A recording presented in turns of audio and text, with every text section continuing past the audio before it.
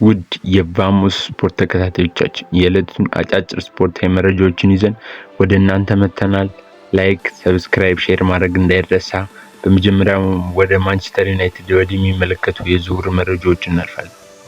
ማንቸስተር ዩናይትዶች በክረምቱ የዝውውር መስኮት የኒውካስትሉን አማካኝ ሳንድሮ ቶናሊን ለማስፈረም ከያዛቸው የአማካኝ ክፍል ተጫዋቾች ግንባር ቀደሙ መሆኑ ሲገለጽ ከተጫዋቹ ወኪሎችም ጋር የመጀመሪያ ደረጃ ንግግሮች ተካሂደዋል። ከሱ በተጨማሪ የኖቲንግሃም ፎረስቱ አማካኝ ኤሊዮት አንደርሰንና የክሪስታል ፓላሱ አዳም ዋርተን ተጠቃሾች ናቸው።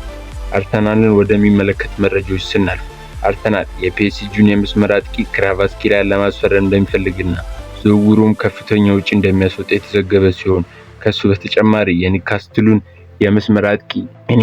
የመስመር አጥቂ አንቶኒ ጎርደንን ለማስፈረም ከያዛቸው እጮች ውስጥ አንዱ መሆኑ ሲገለጽ፣ በሌላኛው ዜና አርሰናል የክለብ ብሩዥን አጥቂ ኒኮሎን ለማስፈረም ተመራጩ ክለብ እንደሆነ ተገልጿል።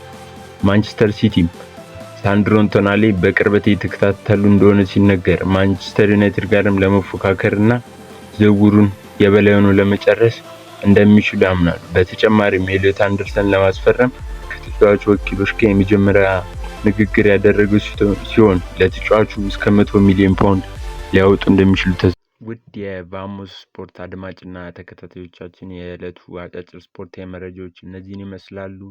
ላይክ አድርጉ፣ ሰብስክራይብ አድርጉ፣ ፋሚሊ ሁኑ። ሁሌም የሚወጡ አጫጭር ቪዲዮዎች ስፖርታዊ መረጃዎች እንዲደርሳችሁ ከፈለጋችሁ የእኛን ቻናል ሰብስክራይብ ማድረግ እንዳይረሳ። መልካም ቀን።